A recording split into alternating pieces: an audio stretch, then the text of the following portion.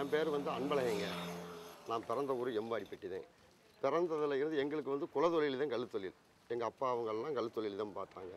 நாங்கள் சின்ன பிள்ளையாக இருக்கும் போதெல்லாம் எங்களை ஒரு 4ஆம் கிளாஸோ 3ஆம் கிளாஸோ போனதுக்கப்புறம் படிக்க வைக்க பற்றாக்குறைனால இந்த தொழிலுக்கு தான் கொண்டு ஓட்டுவாங்க. ஜல்லி தட்டுவோம். அப்புறம் கொஞ்சம் விவரத்துக்கு வந்ததுமே இந்த குலவி அம்மி இதுக்கு அடிப்போம். அப்புறமும் கொஞ்சம் விவரத்துக்கு வந்ததுக்கப்புறம் இந்த மலையடி வேலை, அதாவது இந்த குவாரியில் தொலை வைக்கிறது, கரணை போடுறது, இப்படி வேலைலாம் பார்த்துக்கிருந்தோம். அதே மாதிரி இப்போ அவங்க காலத்தில் அவங்க கஷ்டத்தில் அந்த மாதிரி அனுபவித்து அதை பார்த்ததுனாலே எங்களையும் அதே மாதிரி கொண்டு வந்துட்டாங்க.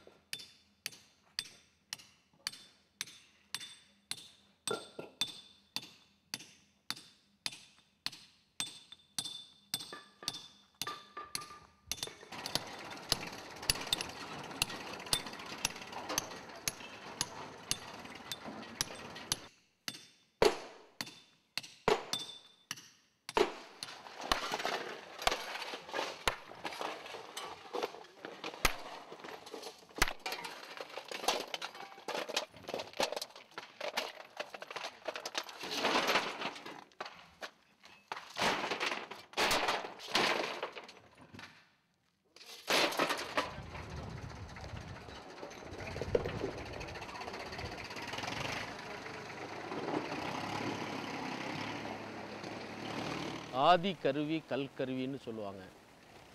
அதாவது மனுஷன் தோன்றின நாள் முதலாவே குறிப்பாக காடுகளில் வேட்டையாடி வாழ்ந்த மனுஷன் முதல்ல அவன் வேட்டைக்கு பயன்படுத்தின ஆயுதம் கல் தான். அது மட்டும் இல்லை, இன்றைக்கு நம்ம பார்க்குறோம் பெரிய பெரிய அணைகள், பெரிய பெரிய பாலங்கள், பெரிய பெரிய மேம்பாலங்கள், பெரிய பெரிய கோயில்கள், கோபுரங்கள், ஆலயங்கள், அந்த ஆலயத்திற்குள்ளே இருக்கும் ஆண்டவன், இப்படிப்பட்ட எல்லாமே கல்லின் மூலமாகத்தான் மனுஷன் படைச்சிருக்கிறான்.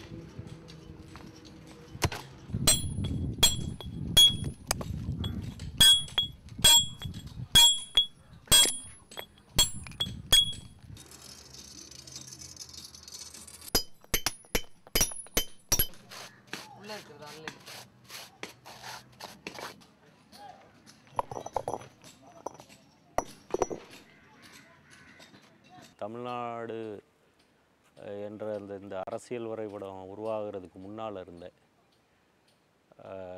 இங்கே கல் சம்பந்தமான வேலைகள் என்பது தொடர்ச்சியாக நடந்துருக்கு. குறிப்பாக பல தமிழ் இலக்கியங்கள்லையும் கல் சம்மந்தமாக பேசப்பட்டிருக்கு.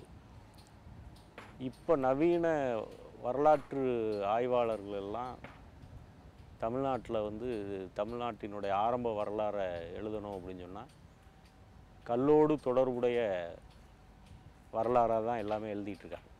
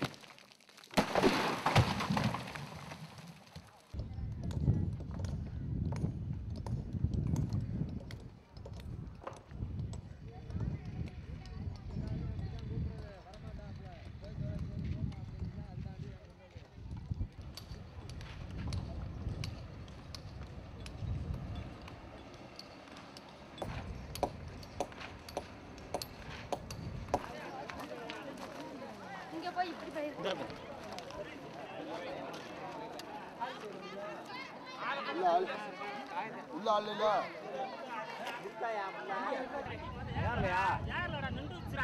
திருப்பி எடுத்து சொல்லி விருதாச்சலம் சுற்றி பெரிய பிடிக்கலடா போயிடுச்சுடா பார்த்துட்டு தானே இருக்கிறேன். ஜாப் உடனே வண்டி ஏற்றினியா ஏற்றிக்கணும் அங்கே வந்துட்டு ஏறல. அப்புறம் இவன் வந்து நான் இறக்கணும் சொல்லி இறக்கிட்டேன். இறக்கி திருப்பி ஏற்றினியா ஏற்றுமே இதாகிடுச்சு. அமுக்கும் போது வலிக்குதா? அப்படியே கூட்டலாம் அப்படியே திருப்பி திருப்பி விடுங்க. ஏமா கல்லடிக்கிறவங்களுக்கு டெய்லி ஒரு சொட்டு ரத்தம் கையில் சிந்தாத நாள் இருக்காது. இது வரைக்கும் எந்த ஆதரவுமே இல்லை. அதே அந்த உழைக்கிறது வரைக்கும் தான். எங்கள் உயிர்களுக்கு எந்த பாதுகாப்பும் இல்லைங்க இது வரைக்குமே.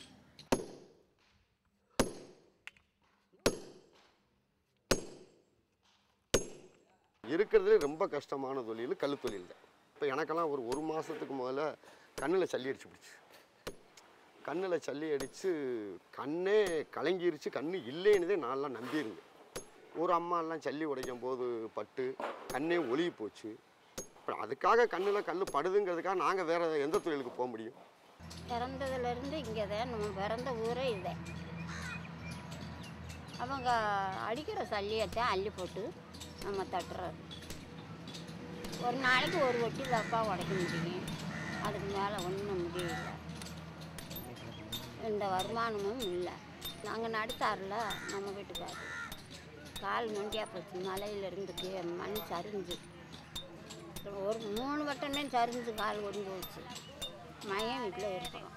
பெட்டியில ரெட்னக்கிளி மாலையா, 3 ரூபா பெட்டியில முக்கு தழுக்குகளாம், 4 ரூபா பெட்டியிலே நாகவட கண்ணாடி, 5 ரூபா பெட்டியிலே அரங்கட்ன மாலையா, 6 ரூபா பெட்டியிலே அரும்பு இரும்பு தாலி, 7 ரூபா பெட்டியிலே எண்ணெய் கூடம் கண்ணாடி, 8 ரூபா பெட்டியிலே கொத்து முளக்குகளாம், 9 ரூபா பெட்டியிலே உசந்ததொரு பட்டுகளாம், 10 ரூபா பெட்டியிலே பருக்கம் செலுத்தையில் பருக்கம் பத்தாதுன்னு பதும்புறாளா இந்த பெண்ணு, அதுக்கு மேல் தாரமின்னு நடத்துனாரா எங்களையா, மூக்குத்தி இல்லைன்னு முகம் கொடுக்க மாட்டேங்கினா அதுக்கும் கூட 30 ரூபா தாரமின்னு சொன்னாங்க, நடத்தினார் எங்களையா மங்கிலோ மித்தஜிய மங்கிலோ.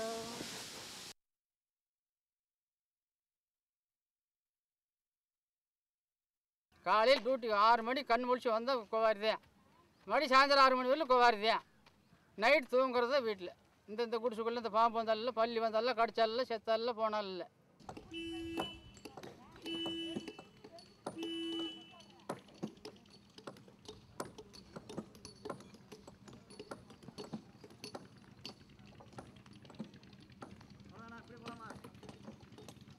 போது எனக்கு ஒரு 9 வயசுலேருந்து அந்த கல் உடைக்கிறேன். பல இடங்களில் அட்வான்ஸ் வாங்கிட்டு 1000 500 அட்வான்ஸ் வாங்கிட்டு வேலை செய்வோம்.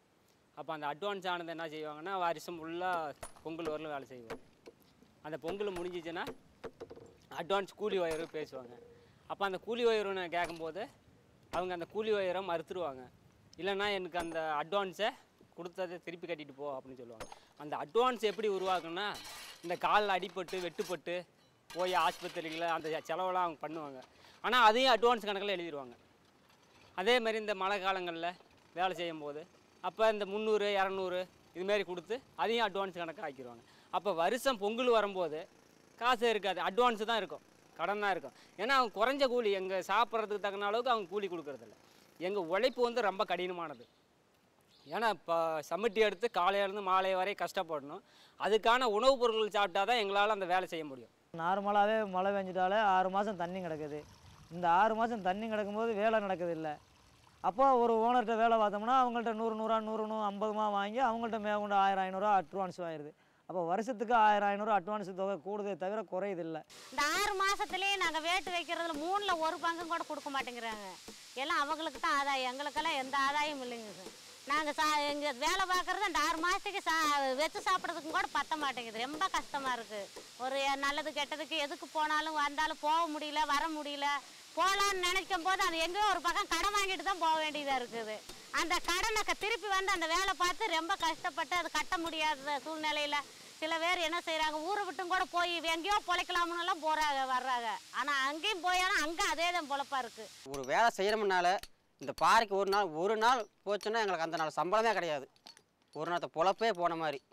ஒரு நாள் பாறைக்கு வந்து அடித்தா தான் காசு, இல்லைன்னா காசு கிடையாது. சும்மா தான் வீட்டில் இருக்கணும். சாப்பாட்டுக்கு கூட வழி இல்லாத அளவுக்கு ஆயிரும் ஒவ்வொரு நாளைக்கு பார்த்தீங்கன்னா. எனக்கு இருந்தால் தான் உண்டு, இல்லைன்னா கிடையாது. எங்களால் 40 வயசுக்கு மேலே வேலை செய்ய முடியல. 40 வயசு மிஞ்சி போனால் 45 வயசுக்கு மேலே எங்களால் வேலை செய்ய முடியல. எங்களுக்கு மிச்சமும் கிடையாது. ஒரு நடை கல் உடைச்சோம்னா 310 ரூபா. 310 ரூபாயில் வந்து 160 ரூபா மருந்து செலவாக போயிடுது. 150 ரூபா தான் நிற்கிது. அது 150 ரூபாய்க்கு வந்து ஒரு நாள் குழி போடணும், ஒரு நாள் வேட்டு வைக்கணும், ஒரு நாள் வந்து 2 நாள் ஒரு நாளைக்கு வந்து லோடு போடுற வேலை ஒரு நாள் இப்போ வாரத்தில் 3 நாள் வேலை மட்டும்தான் ஆம்பளை பொம்பளை வந்து செய்ய முடியுது. அந்த குழி போடுறதுல வேட்டு வைக்கிறதுலையே இவங்களுக்கு தொண்டு வேலை செய்கிறது, லோடு போடுறதுல இதில் தான் சரியாக இருக்குது. அந்த வாரத்தில் 2 நாளுக்கு 6 நடை கல் உடைக்கலாம். 450 ரூபா வேலை.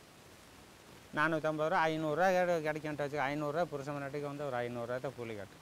எங்களுக்கு உடைக்கிறதா ஏற்றா எங்கே சாமி கிடைக்குது. விலைவாசிகள் எக்கச்சக்கமாக போயிடுச்சு. வெட்டு பூ கிராக்கி இப்போ கேப்பு ஏகப்பட்ட விலைகளில் போட்டுக்கிட்டு போகிறதா. 1 கிலோ உப்பு வாங்கினா 30 ரூபா, திரி வாங்கினா 30 ரூபா, தோட்டா வாங்கினா 15 ரூபா, கேப் வாங்கினா 5 ரூபா. இப்படியெல்லாம் கஷ்டப்பட்டுருக்கோம் ரொம்ப.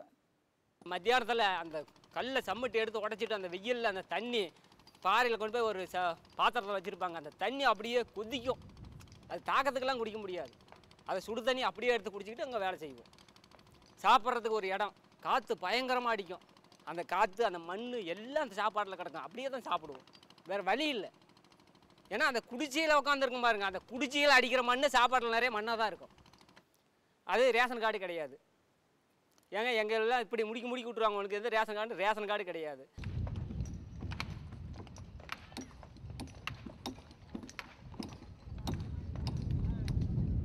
போயர்கள் ஒட்டர்கள் என்ற நிலையிலிருந்து இன்றைக்கு அனைத்து ஜாதியைச் சேர்ந்தவர்களும் கல் உடைக்கிற தொழிலுக்கு வந்துட்டாங்க. இப்போ எல்லா ஜாதியைச் சேர்ந்த தொழிலாளர்களும் ஜாதிய உணர்வோடு அவர்கள் இருக்கிறதுக்கான வாய்ப்புகள் கிடையாது. ஏன் அப்படின்னா எல்லாரும் சேர்ந்து பாறையில் உடைக்கணும் அப்படின்றது. ஆனால் நம்ம தமிழ்நாட்டோட யதார்த்தத்தில் இன்னொரு முக்கியமான விஷயம் என்னென்னா, பாறை முதலாளிகளாக இருப்பவர்கள் ஒன்று அரசியல் கட்சிகளுடைய செல்வாக்கு மிக்கவர்களாக இருக்காங்க, ஜாதியில் ஆதிக்கம் செய்யக்கூடிய ஜாதியை சேர்ந்தவர்களாக இருக்காங்க. அப்போ இவர்கள்ட்ட பணமும் இருக்குது, ஜாதியில் ஆதிக்கம் செய்யக்கூடியவர்களாகவும் இருக்காங்க. அதே மாதிரி இவர்கள் ஆட்சிக்கு வர்ற, ஆட்சியில் இருக்கக்கூடிய அல்லது ஆட்சிக்கு வர்ற வாய்ப்புள்ள கட்சிகளுடைய பிரதிநிதிகளாகவும் இருக்காங்க. அதே மாதிரி ஒரு கிராமம் என்று சொன்னால் அந்த கிராமத்தினுடைய ஒட்டுமொத்த ஆதிக்கமும் அவங்க கையில் தான் இருக்கின்ற சூழலில் இவர்கள் தான் இங்கே இன்றைக்கி பாறை முதலாளிகளாக இருக்காங்க. எனக்கு முன்னாடி 94லேருந்து 2005 வரலையும் 6 குவாரி இருந்துச்சு. எனக்கு எல்லா இதுலேயும் குவாரி நடத்திருந்தேன். அரசாங்கம் இந்த கல் குவாரிகளை ஏலம் விடும்போது சில விஷயங்களை முறைப்படுத்தாமல் இருக்குது. ஒரு குத்தகை காலம் முடிஞ்ச உடனே ஏலம் விடுறதில்லை, அதை அப்படியே இல்லீகலாக விட்டுறாங்க. அந்த இல்லீகல் குவாரியின் மூலமாக அதிகாரிகளுக்கு வருமானம் கிடைக்குது, முதலாளிகளுக்கு வருமானம் கிடைக்குது. அப்போ அரசாங்கத்தினுடைய வருவாய் மிகப்பெரிய அளவுக்கு இழப்பீடாகுது. இதையெல்லாம் கவனத்தில் கொண்டு தான் அரசினுடைய வருவாய் பாதுகாக்கப்படணும், தொழிலாளருடைய உரிமைகள் பாதுகாக்கப்படணும். அப்படிங்கிறதெல்லாம் மனசில் கொண்டு தான் நாங்கள் முக்கியமாக கோரிக்கை என்ன வச்சிருக்கிறோன்னு சொன்னால், தமிழ்நாடு அரசாங்கம் கல்குவாரிகள் அனைத்தையும் அரசாங்கமே ஏற்று நடத்தணும்னு சொல்லி நாங்கள் கோரிக்கை வச்சுருக்கிறோம். இந்த பாறையை கூட உதாரணத்துக்கு எடுத்துக்கிட்டோம்னா 3 லட்சம் 3 வருஷம் குத்தகைன்னு எடுக்கிறான். 3 லட்சம் கட்டிட்டானா 3 வருஷத்துக்கு அவன் தான் பாறையை உடச்சிக்கலாம். ஆனால் 3 வருஷத்துக்குள்ள நம்ம தொழிலாளி வாங்குகிற கூலி எவ்வளவு அப்படின்றத கணக்கு பார்த்தீங்க அப்படின்னா, ஒரு நாளைக்கு ஒரு தொழிலாளி குறைந்தபட்சம் குடும்பமே சேர்ந்து உழைச்சாலும் அதிகபட்சம் போனால் ஒரு 160 ரூபா 170 ரூபாய்க்கு மேலே வேலை செய்ய முடியாது. ஆனால் இந்த பாறையை கான்ட்ராக்ட் எடுத்த முதலாளி எவ்வளோ கொண்டு போகிறாருன்னு பார்த்தா, மொதல் வருஷம் இந்த பாறையை குத்தகைக்கு எடுத்தவர் 2வது வருஷம் பக்கத்து பாறையை குத்தகைக்கு எடுக்கிறாரு. 3வது வருஷம் நகரத்துக்குள்ளே வீடு கட்டிடுறாரு, பெரிய பங்களா கட்டிடுறாரு. 3வது வருஷம் முடிவில் அவர் இப்போதைக்கு இந்தியாவுக்குள்ளே எந்த காரு விலை உயர்ந்த கார் இறக்குமதி ஆகிருக்கோ அந்த காரில் பயணம் போகிறார். இதுதான், இதை வச்சு தான் இந்த செல்வத்தோட பெரும்பகுதி எங்கே போய் சேருதுன்னு நம்மை போன்றவர்கள் புரிந்து கொள்ள முடியுது. முன்னாடியில் ஒரு குவாரியை 5 வருஷத்துக்கு ஏலம் எடுத்துட்டாக்க எவ்வளோ நடைச்சிட்டு வேணாலும் தருவாங்க. இப்போலாம் ஒரு நடைக்கு ஒரு நடைச்சிட்டு கேட்குறாங்க. இப்போ 5 வருஷம் குத்தகை மொத்தமாகவும் பணம் கட்ட சொல்லி சொல்கிறாங்க. அப்புறம் வருஷமெல்லாம் வேலை செய்வோம், செஞ்சு வேலை கூலிக்கு கொடுத்துருவாங்க. அந்த அட்வான்ஸ் அப்படியே தான் இருக்குது. 100 ரூபாய்க்கு வேலை செஞ்சோம்னா எங்களுக்கு 25 ரூபா, அவங்களுக்கு 75 ரூபா. இதானுங்க வருமானம். இங்கே அங்கே இருக்கிறதுக்கு குடியிருக்கிறதுக்கு இடம் இல்லை, குடிக்கிறதுக்கு தண்ணி இல்லை, ஒரு கால் கையில் அடிபட்டால் கேட்குறதுக்கு ஆள் இல்லை. நம்ம சுய தொழில் ஆபத்தான தொழில் சார். இந்த வெடி வைக்கிறது கல் உடைக்கிறது இல்லை. ஒரு விரல் போயிட்டா எனக்கு விரல் கொடுன்னு கேட்டால் நம்ம எப்படி சார் கொடுக்க முடியும்? ஓன்றங்க சொல்கிறது அப்படி. மழை வந்து நான் என்ன பண்ணிட்டு, இன்னும் கல்யாணம் பண்ணி நான் என்ன பண்ணிட்டு, நாங்கள் ஒரு விசேஷத்துக்கு போகணும்னு வச்சுங்க, இந்த மாதிரி செலவு இருக்குதுங்க, ஒரு 15 வேணுங்க அப்படின்னு கேட்டுன்னு வச்சுங்க, அதுக்கு நான் என்ன பண்ணிட்டு, நீ வச்சுக்கணும்ப்பா. இவ்வளோ தான் பதில், அவங்க பதில். ஒன்றும் கேரளாவில் போய் பதிட்டான்னு சொல்லி சொன்னால் கூட அந்த அட்வான்ஸை கொடுத்தவங்க நீ விட மாட்டேங்கிறான். போகக்கூடாது, என் காசை கட்டிட்டு போகணுன்னு சொன்னால் எந்த வழியுமே கிடைக்கலைங்க. எந்த வழியிலையும் சமாளிக்க எதுவுமே தெரிய மாட்டேங்குது. ஒன்று தூக்கு இருப்போம், மற்ற கறி எதுவுமே விழுக்கூடாதுன்னு சொல்லி ஒரு யோசனையில் தான் இருக்கேன். இந்த மற்ற முடிவு எது பண்ணணும்னு சொல்லி தெரிய மாட்டேங்குது. ஒன்று 40,000 காசு கொடுத்தா கூட எங்கிட்ட பிச்சை எடுத்த கூட கொடுத்துடலாம், கொடுத்தா கூட யாரும் வாங்கிக்கிறா அப்படி இல்லை. இந்த 40,000 வட்டி போட்டு கொடுறா அப்படின்னு கேட்குறா. அப்படி வெத்துப்பாரத்தில் கையெழுத்து போடு அப்படின்ட்டு வாங்கிக்கிறாங்க. ஏன்னா அவங்க கல்யாணம் சொல்லிட்டு பத்திரிக்கை அடிச்சுட்டு இந்த மாதிரி எல்லாம் நிறுத்த முடியாது இல்லைங்களா. அதனால என்ன பண்ணுறாங்க, பத்திரத்தில் கையெழுத்து போட்டுடுறாங்க. அப்போ என்ன பண்ணுறது, நீ நம்ம ஏதாவது கேட்க போனோம்னா நீ அட்வான்ஸ் கட்டிட்டு போ, நீ பத்திரத்தில் கையெழுத்து போட்டிருக்கீல்ல, நான் எங்கே பேசணுமோ அங்கே பேசிக்கிறேன், நான் கோர்ட்டில் பேசணுமோ மேற்கோர்ட்டில் பேசிக்கணுமோ பேசிக்கிறேன் அப்படின்ட்டு மிரட்டுறாங்க பெரியவங்கள. அது மீறி பேசணும்னா அடிக்க வர மாதிரி வருவாங்க. 7.5 லட்சம் குடும்பங்கள் கல் உடைக்கிற தொழிலில் தமிழ்நாட்டில் ஈடுபட்டிருக்காங்க. 5.5 லட்சம் குடும்பங்கள் கொத்தடிமைகளாக வாழ்ந்து கொண்டிருக்கின்றாங்க. அட்வான்ஸுங்கிறது நாங்கள் வேலைக்கு முன்பணமாக தான் வாங்கியிருக்கிறோம்.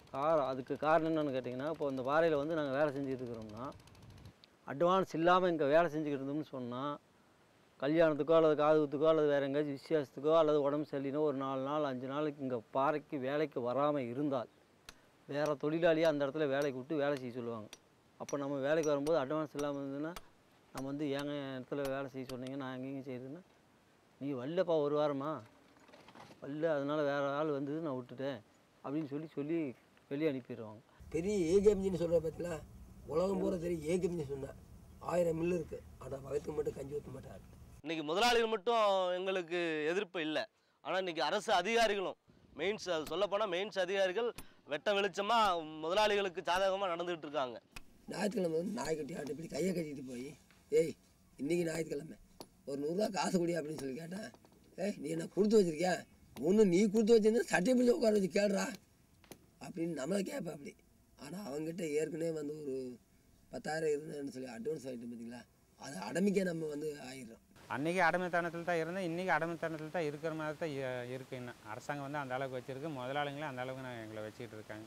இப்போ ஒரு பாறையில் இந்த முதலாளி அங்கே இருக்கக்கூடிய ஒரு 20-30 தொழிலாளர்களை கொத்தடிமையாக தான் வச்சுருந்தார் அப்படிங்கிறது வந்து நிரூபிக்கப்பட்டால், அதாவது ஆர்டிஓ விசாரணையெல்லாம் நடத்தி இவங்கெல்லாம் கொத்தடிமை தொழிலாளர்கள் அப்படின்னு அவர் சான்றிதழ் கொடுத்துட்டாருன்னா இம்மீடியட்டாக அவங்க யாரும் அவங்க 40,000 ரூபா அட்வான்ஸ் வாங்கியிருந்தாலும் சரி, 50,000 ரூபா அட்வான்ஸ் வாங்கியிருந்தாலும் சரி, 10,000 ரூபா அட்வான்ஸ் வாங்கியிருந்தாலும் சரி, எவ்வளோ அட்வான்ஸ் வாங்கியிருந்தாலும் அந்த அட்வான்ஸை திருப்பி செலுத்த வேண்டிய அவசியம் இல்லை.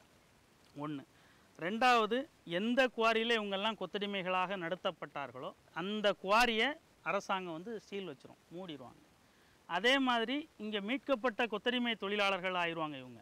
அப்படி மீட்கப்பட்டவர்களுக்கு உடனடி நிவாரணத் தொகையாக தலைக்கு 2,000 ரூபா வீதம் முதல்ல கொடுப்பாங்க.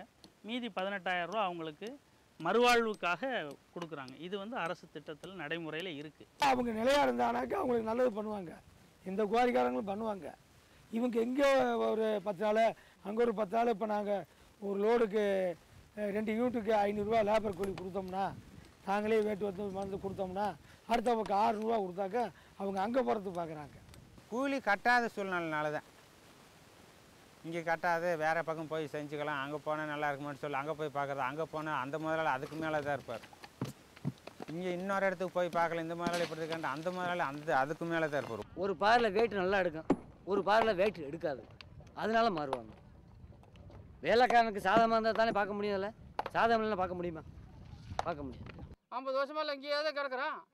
எல்லாம் இதுக்குள்ளேயே தான் எல்லாம் பிகேடி, கேஎம்எஸ்ஸு, இந்த ராஜு, சதீஷு, இந்த கேடிஆர் எல்லாம் இதுக்குள்ளே தான் வேலை செய்கிற. வேறு எங்கேயும் போகல. நாங்கள் எங்கே திருட போகல, வாட போகல, கொள்ளடிக்கலை. நாங்கள் உழைச்சி ரத்தத்தை சிந்தி கஞ்சி குடிக்கிறோம் நேர்மையாக. யாருக்கும் பயப்பட அவசியம் இல்லை எங்களுக்கு.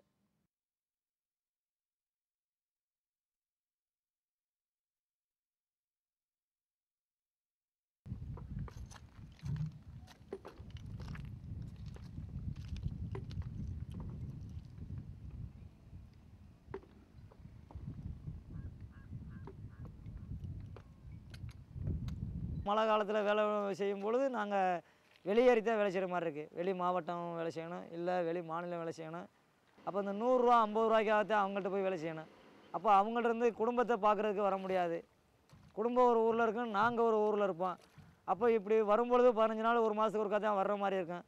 இது இந்த 6 மாதத்தில் பிள்ளைகள்லாம் ஏங்கி எல்லாம் தவிச்சு போய் இந்த மாதிரி நிலைமைகள் ஆகும். இந்த முதலாளிகள் வந்து இந்த குவாரிகளில் வந்து தண்ணியே எடுத்து கொடுக்க மாட்டாங்க. இது கம்மா கிடையாது, இது வந்து கல் உடைச்ச இடம். இதில் ஒரு 500 குடும்பம் நாங்கள் கல் உடைச்சோம். அந்த 500 குடும்பத்தில் வந்து இப்போதைக்கு ஒரு 3 மாதமாக மழை விழுந்து தண்ணி பெரிய போய் கிடக்குது. அந்த 3 மாதமாக நாங்கள் பெண்டு பிள்ளையோடு அங்கங்கே தெரிஞ்சு அலைஞ்சிக்கிட்டு இருக்கோம். தமிழ்நாடு முழுக்க இல்லாமல் கேரளா, ஆந்திரா அங்கங்கே தெரிஞ்சு அலையிறமே தவிர எங்கேயுமே வேலை இல்லை.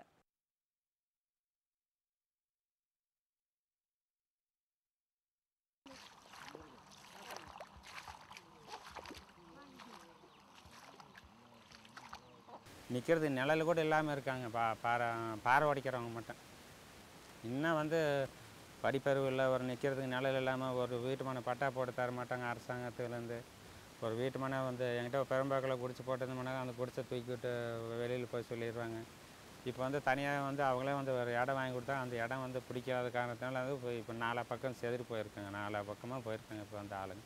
இந்த முதலாளிகள் போட்டு கொடுக்கக்கூடிய அந்த குடிசைகளில், அந்த குடிசையை பார்த்தாலே தெரியும், அதில் மனிதன் வாழக்கூடிய எந்த விதமான சௌகரியங்களும் கிடையாது. அப்படிப்பட்ட ஒரு மோசமான குடியிருப்புகள் அந்த குடிசைகளில், அந்த முதலாளிகள் போட்டு கொடுக்கக்கூடிய குடிசைகளில் தான் அடிமைகள் போல், ஆடு மாடுகள் போல் அவங்க வாழ்ந்துக்கிட்டு இருக்கிறாங்க. மழை பெய்யுது, புந்தது கோரி இல்லை. இந்த போட்ட வீடை வந்து இடிஞ்சு போச்சுன்னு சொன்னால் திருப்பி வந்து இந்த கூடை மேயருக்கு வந்து ஒரு கிடுகு வந்து 1 ரூபா 50 காசு சொல்கிறாங்க. இது வாங்கக்கூடிய சக்தி என்கிட்ட இல்லை. ஒரு பூச்சிப்புழு வந்தாலும் கூட எங்களுக்கு தெரியாதுங்க. நாங்கள் குழந்தை வச்சுக்கிட்டு அந்த இருட்டு வீட்டில் தான் இருக்கோம். எங்களுக்கு கரண்ட் வசதி, வீடு வசதி எதுவும் இல்லைங்க. இதெல்லாம் மழை வந்தால் ஒழுகுதுங்க. தண்ணிக்கெல்லாம் இங்கே கொண்டு வந்து ஒரு 5 நாளைக்கு கொண்டு வந்து ஊற்றுனாங்கன்னா, இல்லைன்னா நாங்கள் ஒரு மாதத்துக்கு அங்கே தாங்க போயிட்டு தரணும். ஒரு 3 கிலோமீட்டர் போகணும். குழந்தைங்கள்லாம் கொண்டு போய் ஒரு குடிசை கூட போட்டு தர மாட்டாங்க குழந்தைங்கள வாழ வைக்கிறதுக்கு. ஒரு கள்ளி மரமோ இல்லை கல் செந்தோ ஒரு சீத்த முள்ளிலையோ அப்படி கொண்டு போய் தொட்டில் கட்டி போட்டு, அதுவும் 3 மாத குழந்தைய. என்னங்க சார், நம்ம அந்த வேலை செய்யறதெல்லாம் எங்களுக்கு கொஞ்சம் கஷ்டம் தானுங்க. எங்களுக்கு இந்த 1 வருஷமும் ரொம்ப கொடுமையாக இருக்குதுங்க. இது உங்கள் சொந்த வீடா? சொந்த வீடு இல்லைங்களா? சொந்த வீடு இருந்தால் அவங்க சொன்னபடி நாங்கள் எங்கே கேட்குறோம்? மழை வந்தாலும் சரி, எது வந்தாலும் சரிங்க, இதில் தான் நாங்கள் இருந்து சாகணும். ஆமாங்க. ஆமாம், வேறு பக்கம் நாங்கள் போனாலும் நீங்கள் அட்வான்ஸ் கட்டிட்டு போங்க. இதை விட நீங்கள் ஒன்றும் உங்களை நாங்கள் சொல்லலை, நீங்கள் கட்டிட்டு போங்க அப்படிங்கிறாங்க. என்னங்க இல்லை, மீண்டும் நீங்கள் போனீங்கன்னா மீண்டும் நாங்கள் நடவடிக்கை எடுத்துக்கிறோம் அப்படின்னு சொல்கிறாங்க.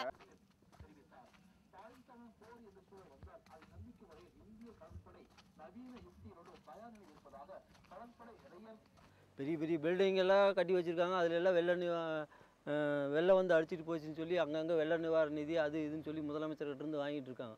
ஆனால் பாறையில் இருக்கிற மக்களுக்கு எதுவுமே கிடையாது. தண்ணி வீட்டுக்குள்ளேயே போனாலும் சரி, அதை அடிச்சுக்கிட்டே போனாலும் சரி, முதலாளியும் கண்டுக்க மாட்டார், அரசாங்கம் கண்டுக்காது. நாங்கள் அப்படியே பஞ்ச குளமாக பரதேசி, அதாவது ரோட்டில் பிச்சை எடுக்கிறத விட கேவலமாக நாங்கள் உட்காந்துட்டு இருக்கிறோம் ஒவ்வொரு புகாரிலையும்.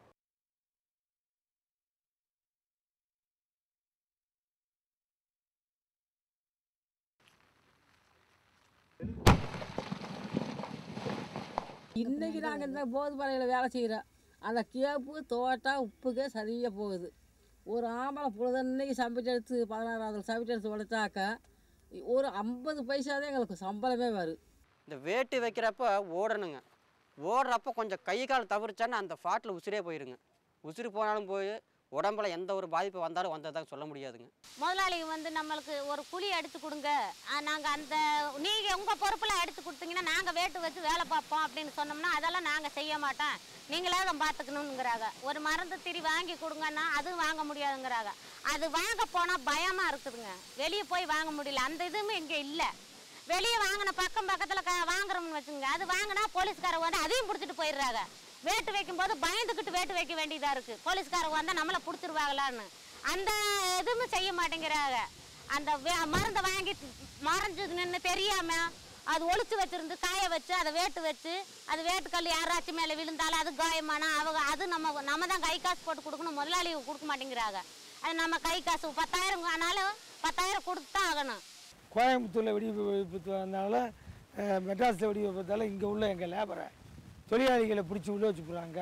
எங்கெல்லாம் தீவிரவாத செயல் நடைபெறுகிறதோ உடனடியாக அவர்கள் கல்குவாரிகளுக்கு வந்து அப்பாவி கல்லுடைக்கின்ற தொழிலாளர்களை கைது செய்து பொய் வழக்கு போட்டு மிரட்டக்கூடிய இந்த செயல் இந்த காவல்துறைக்கு தெரியாதா, இல்லை அரசு அதிகாரிகளுக்கு தெரியாதா, மந்திரிகளுக்கு தெரியாதா?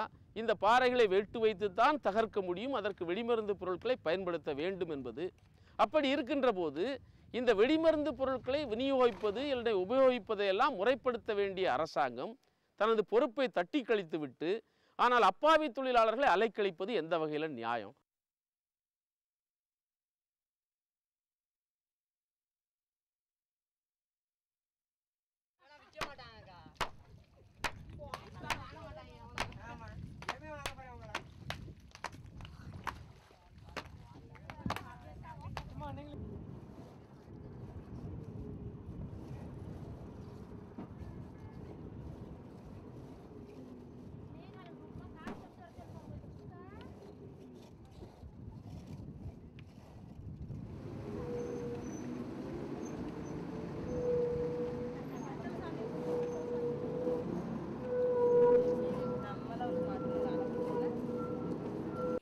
மிகப்பெரிய கொடுமை என்ன அப்படின்னு சொன்னால், பல பேர் இதை பற்றி பேச மாட்டேன்றாங்க. நம்ம தொழிலாளிகளும் வெளியே சொன்னால் வெக்கம்னு சொல்லி சொல்ல மாட்டேன்றாங்க. பாலியல் அராஜகம், அதுவும் பெண்கள் மேலே நடத்தப்படுற பாலியல் அராஜகம் இருக்குது பாருங்கள். இது வந்து சாதாரணம் இல்லை. ஒரு பிரச்சனை எங்கள் கட்சி அலுவலகத்துக்கே வந்தது. ஒரு தொழிலாளியோட குடும்பம், அந்த அம்மாவும் வேலை செய்யும், பாறையில் வேலை செய்யக்கூடிய அம்மா, ஒரு 35 வயசு இருக்கும். பாறை முதலாளி வந்து முதலாளி மட்டும் இல்லை, அங்கே மேஸ்திரி மாதிரி கங்காணி மாதிரி இருந்து முதலாளியோட ஏஜெண்டாக இருந்து வேலை செய்யக்கூடிய ஆட்கள். இந்த அம்மாவை தொடர்ச்சியாக பாலியல் பலாத்காரம் செஞ்சுக்கிட்டே இருந்திருக்காங்க. இது எங்களுக்கு கேள்விப்பட்டு, இது அந்த குடும்பத்திலேருந்து எங்கள்கிட்ட சொல்லலை, கேள்விப்பட்டு நாங்கள் வந்து அந்த முதலாளியை வந்து வர சொல்லி, இது ஐயா என்ன ஐயா இப்படி நீங்களாம் அராஜகம் பண்ணுறீங்களாமே அப்படின்னு சொல்லி கேட்டால், அதுக்கு அந்த ஆள் என்ன பதில் சொன்னான் அப்படின்னா, பல்லு கூட விளக்க மாட்டா, பார்க்கவே சகிக்காது, இவர்கிட்ட போய் எவன் படுப்பான்னு சொன்னான். என்ன ஆனால் உண்மையிலே அவன் பாலியல் அராஜகம் என்பதும் பாலியல் பலாத்காரம் என்பதும் அவன் செஞ்சுருக்கான்றது பின்னால் தெரிஞ்சிச்சு.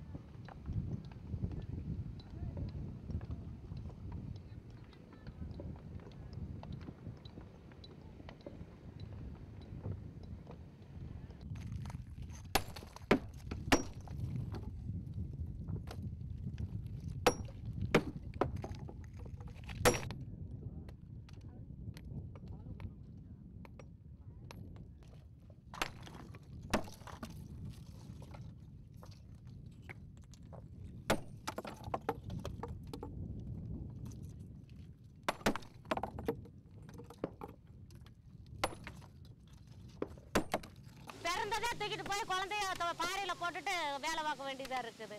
மாசமாக இருந்தால் நிற மாசத்தோடு போய் கல் உடைச்சா தான் அங்கே கஞ்சி குடிக்க முடியுமா, நிற மாசத்தோட கூட போய் கல் உடைக்க வேண்டியதாக இருக்குது.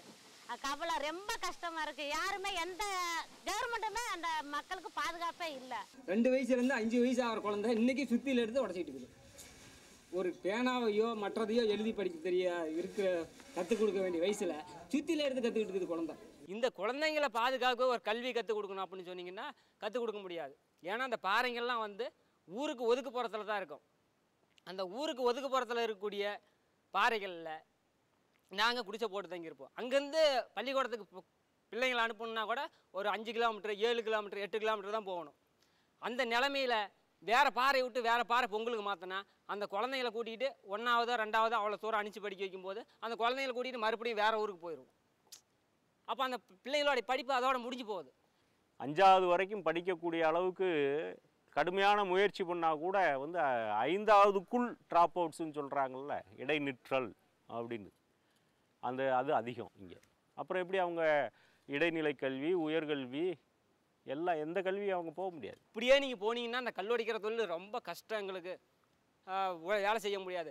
அப்படின்னு பார்த்தீங்கன்னா ஒரு மெக்கானிக் பட்டையில் விட்டுருப்பாங்க, இல்லைனா ஒரு லாரியில் லோடு மேனாக விட்டு அவன் டயர் ஆகி போயிருப்பான், கிளிநீராக வேலை பார்ப்பான், இல்லை எதையாவது ஒரு இதில் போய் அடிமையாக வேலை செய்வோம். இதுவும் பொம்பளை பிள்ளைங்களை பார்த்தீங்கன்னா ஒரு 10 வயசு ஆனவொன்னே கூப்பிட்டு போயிடுறாங்களா, அதை கொண்டு போய் இந்த எதையாவது ஒரு தொழிற்சாலையில் இந்த பஞ்சாலை தொழிலில் அதில் கொண்டு போய் 3 வயசுக்கு அடமான வச்சிடுறாங்க. ஒரு 30,000 கொடுப்பாங்களே கல்யாணத்துக்கு அப்படின்னு இப்போ ஒரு கேம் வருது. எங்களுக்கு எனக்குன்னு இல்லை, மொத்தத்துக்கே கல்லுடைக்கும் தொழிலாளர் அத்தனை பேருமே இதே நிலமை தான். 60 வயசு வரைக்கும் உழைக்க வேண்டியது, சாக வேண்டியது.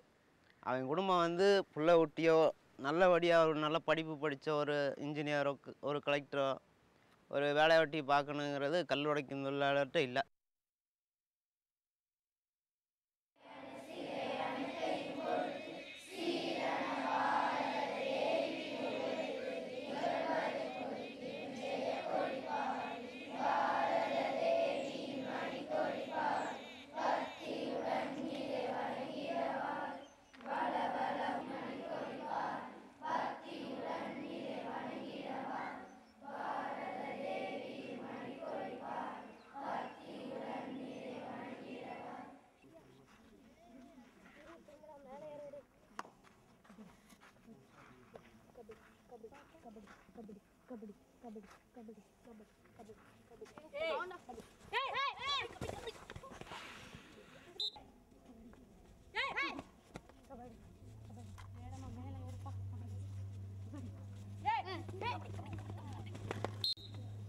இந்த ஸ்கூல் ஆரம்பிக்காமல் இருந்திருந்தாங்கன்னா நான் வந்து 5த்தோடவே எங்கேயாச்சும் வேலைக்கு காடு அறையில் ஏதாச்சும் வேலை தான் பார்த்துக்கிட்டு இருந்திருப்பேன்.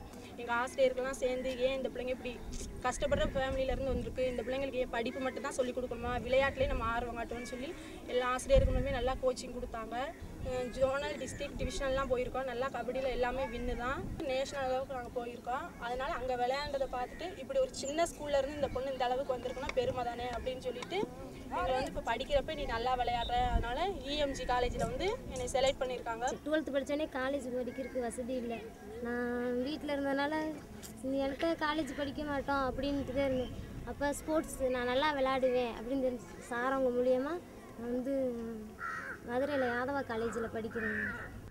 என் பள்ளியை வந்து கண்டிப்பாக எல்லாம் கிடைக்கிற பட்சத்தில் தமிழ்நாட்டில் ஒரு நல்ல ஒரு சிறந்த பள்ளியாக எங்களால் கண்டிப்பாக இங்கே இருக்க ஆசிரியர் குழுனால் கண்டிப்பாக எங்களால் உருவாக்க முடியும். இன்னும் தான் படிப்பேன் அப்படின்னு ஒரு தைரியமாக சொல்கிற அளவுக்கு ஒரு பார்வை வந்து இந்த ஸ்கூலை நினச்சா உண்மையிலேயே ஒரு ஆனந்தமாக எங்களுக்கு பேசுவதற்கே முடியல. கல்கோரி ஓனர்களும் சரி இந்த சமுதாயமும் சரி என்ன செய்கிறாங்கன்னா, அட அதுக்கு மேலே போ, அந்த பையனுக்கு ஒரு 2000 ரூபா அட்வான்ஸ் தரேன். ஒரு ஆள் கூலி உடைச்சா அந்த பையன் 2 போட்டு செல்லி உடைக்கும், அதை உடைச்சா உனக்கு 50 ரூபா கூலி வரும், அந்த பையன் படித்து நான் கலெக்டராக போகிறேன்னா அப்படின்னு எங்கள் முன்னாடி என்னையே கேட்டிருக்காங்க. அதேமாதிரி டாக்டராக போகிறாங்களா, இது என்ன வேலைக்கு போக போகிறாங்க, இன்றைக்கி இருக்கிற லஞ்ச ஊழலுக்கு இன்றைக்கி லஞ்சம் கொடுத்து படிக்க வைக்க முடியுமா, இல்லை வேலைக்கு தான் போக முடியுமான்னு கேட்குற சமுதாயம் எங்களை கேட்டுக்கிட்டு இருந்தோம். ஆனால் இந்த கல்லூரிக்கும் தொழிலாக குழந்தைகள் உறவிட உயர்நிலைப்பள்ளிக்கு வந்த பின்னால் இங்கே வந்து படிச்சுட்டு 10ஆம் வகுப்பு படிச்சுட்டு வந்தவங்க நான் ஏதாவது பாலிடெக்னிக் போவேன், இல்லை நான் மேற்கொண்டு +1 +2 படிப்பேன், இல்லை நான் ஒரு கல்லூரிக்கு போய் நான் படித்தே தீருவேன் அப்படிங்கிற ஒரு சமுதாயம் இன்றைக்கி உருவாயிருச்சு. இங்கே தான் இந்த ஸ்கூல் இல்லைன்னா எங்கள் பிள்ளைங்களோட வாழ்க்கையே இல்லைங்க. இந்த ஸ்கூலில் என் பொண்ணு படிச்சுட்டு வந்து இன்றைக்கி நான் இன்னது தான் படிப்பேன் அப்படின்னு ஒரு சொல்லுதுன்னா எங்களுக்கு ரொம்ப பெருமையாக இருக்குங்க. இந்த ஸ்கூல் இருக்கங்கன்னு இப்போ நாங்கள் படித்து இந்த அளவுக்கு வந்திருக்கோம். இந்த ஸ்கூல் இல்லைன்னா நேரம் நாங்களும் எங்கள் அப்பா அம்மாவோட சேர்ந்து கல் தான் உடைச்சிட்டு இருக்கணும்.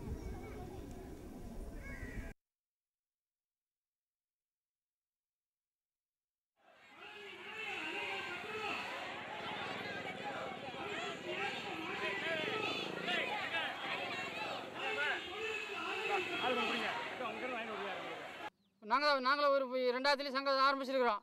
சங்கம் இது ஏற்கனவே ஆரம்பத்தில் 2000 எடுத்து அடி, பொம்பளை பார்க்க மாட்டாங்க, ஆம்பளை பார்க்க மாட்டாங்க, எடுத்து அடி தான். குடும்பம் இப்படி பிடிப்பாங்க, ஒரு கையில் பிடிப்போம், ஒரு கையில் அடி, நல்லா அடி வாங்கினவங்க. இந்த ஏரியா பூரா அடி வாங்கினவங்க தான். பீக்கெட் யார் மெயின் அடிக்கிறது பீக்கெட்டு தான். இன்றைக்கி சங்கம்னு ஒன்று ஆரம்பித்த பிறகு தான் இந்த அடிக்கிற பிரச்சனையாவது முடிஞ்சிருக்கு. ஏனென்றால் மழை பெஞ்சானா வெயில் அடித்தானா போய் வேலை செஞ்சு எனக்கு லோடு இன்றைக்கி ஒரு 1/2 மணி நேரம் ரெஸ்ட்டு வேணும், எனக்கு அடிபட்டுருக்குன்னு சொன்னால் கூட எனக்கு ஒரு லோடு இன்றைக்கி ஏற்றி ஆகணும், போய் வேலை செய்யலாம் அடிப்புண்டானா அடித்து எழுத்துட்டு போய் வேலை செஞ்ச முதலாளிகள். அப்படி இருந்த நிலைமையிலேருந்து இன்றைக்கி சங்கம்னு ஒன்று எங்களுக்கு உருவான பிறகு இந்த அடிக்கிற வேலையும் இந்த மிரட்டுற வேலையும் தான் குறைஞ்சிருக்கு. இவங்களுக்கு தன்னுடைய உரிமை என்னன்னே தெரியாது. இது வந்து கடவுளால் எழுதப்பட்ட தலையெழுத்துங்கிற மாதிரி தான் அவங்க இருக்காங்க. ஆகவே அவர்களுக்கு ஒரு சங்க அமைப்பு என்பதுதான் தன்னுடைய உரிமைகளை பெற்றுக்கொள்வதற்கு உதவியாக இருக்கிறது. காலையில் எழுந்திரிச்சா இப்போ குள்ளி அடிக்கணுங்க, மருந்து போட்டு எழுப்பணுங்க, 6 மணிக்கே போகணுங்க காலையில் எழுந்திரிச்சு.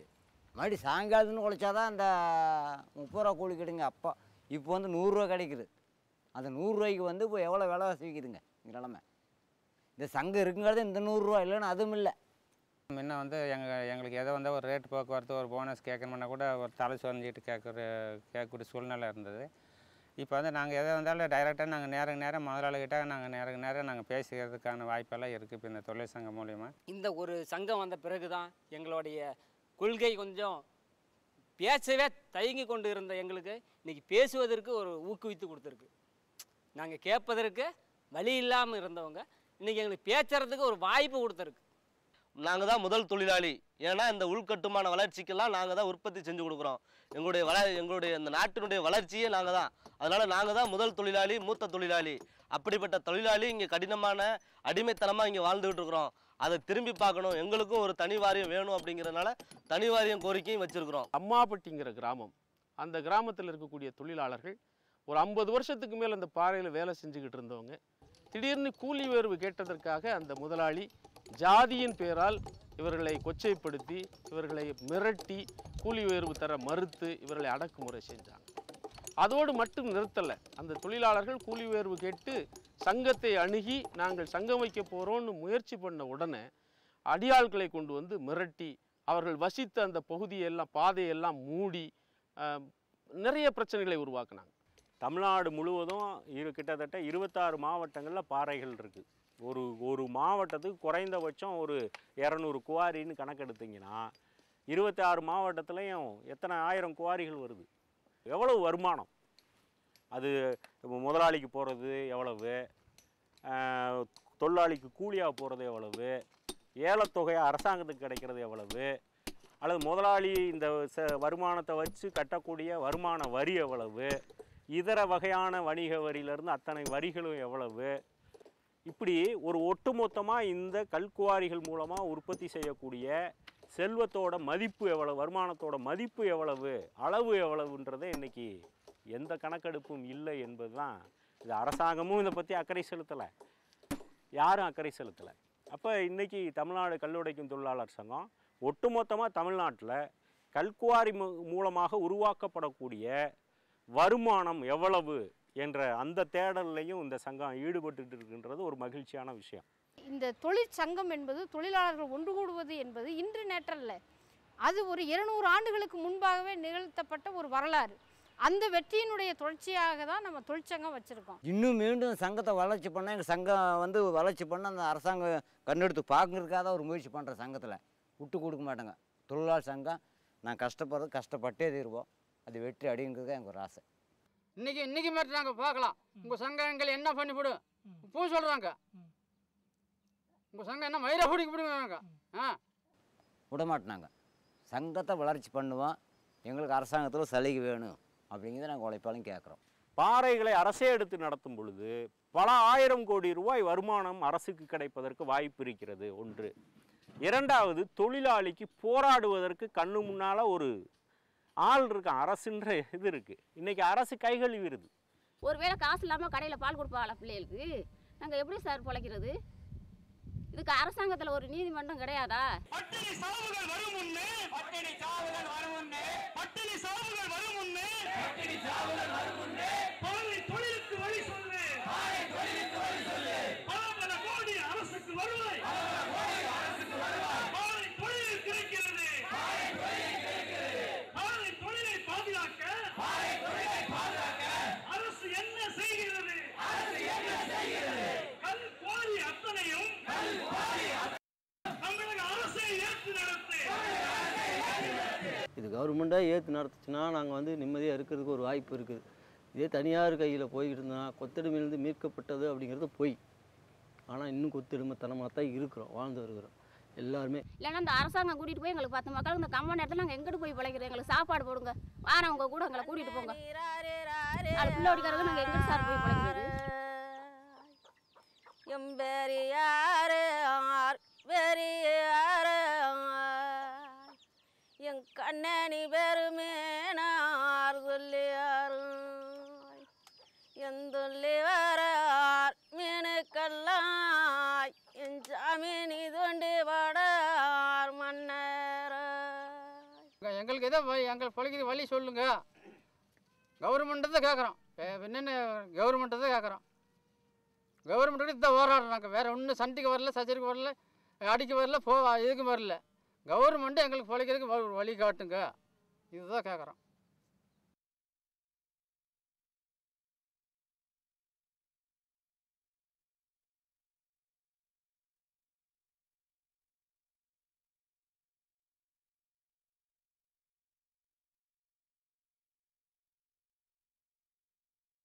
கல் உடைக்கிற கூட்டம் நாங்கள் இருண்டு கிடக்கிற தேசம், கல் உடைக்கிற கூட்டம் நாங்கள் இருண்டு கிடக்கிற தேசம், கொல்லும் வெயிலிலும் தள்ளுங்குளிரிலும் வேட்டுக்கிடையிலும் வாட்டி விதைப்பட்டு கல் உடைக்கிற கூட்டம் நாங்கள் இருண்டு கிடக்கிற தேசம், கல் உடைக்கையில் சில்லு சிதறி கண்ணு போன நம்ம காளியம்மா, லோடிய தையில கல்லு செறிஞ்சு காலு ஒடிஞ்ச சாமியப்பேன் அட கையும் முறிஞ்ச கருப்பண்ணே, வெட்டு வெடிக்கையில் மாட்டிக்கிட்டு கை துண்டா செதறிய அந்தோனி, துண்டா செதறிய அந்தோனி, சின்ன குழந்தையும் வாயு வயிறுமா தெருவில் நிற்கிற மேரியம்மா, தெருவில் நிற்கிற மேரியம்மா, இருக்கும் இருப்பு தவிப்பும் தவிப்பு பொறுக்க முடியலை, வேற வழி இல்லாமல் போனாலும் தான் சகிக்க முடியலை, இதை மாற்ற வேணும் ஆனாலும் தான் வழியும் தெரியலை, வழியும் தெரியலை,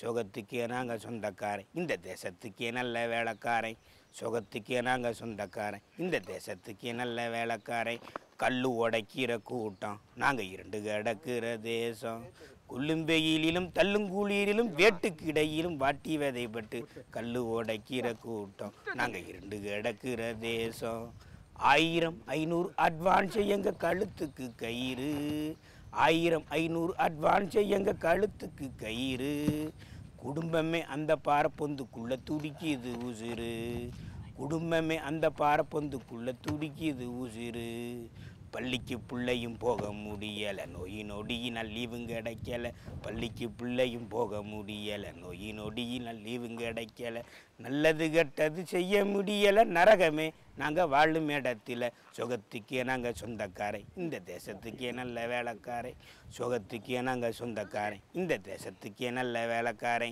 கல் உடைக்கிற கூட்டம் நாங்கள் இருண்டு கிடக்கிற தேசம், கல் உடைக்கிற கூட்டம் நாங்கள் இருண்டு கிடக்கிற தேசம், கொல்லும் வெயிலிலும் தள்ளுங்குளிரிலும் வேட்டுக்கிடையிலும் வாட்டி விதைப்பட்டு கல் உடைக்கிற கூட்டம் நாங்கள் இருண்டு கிடக்கிற தேசம்.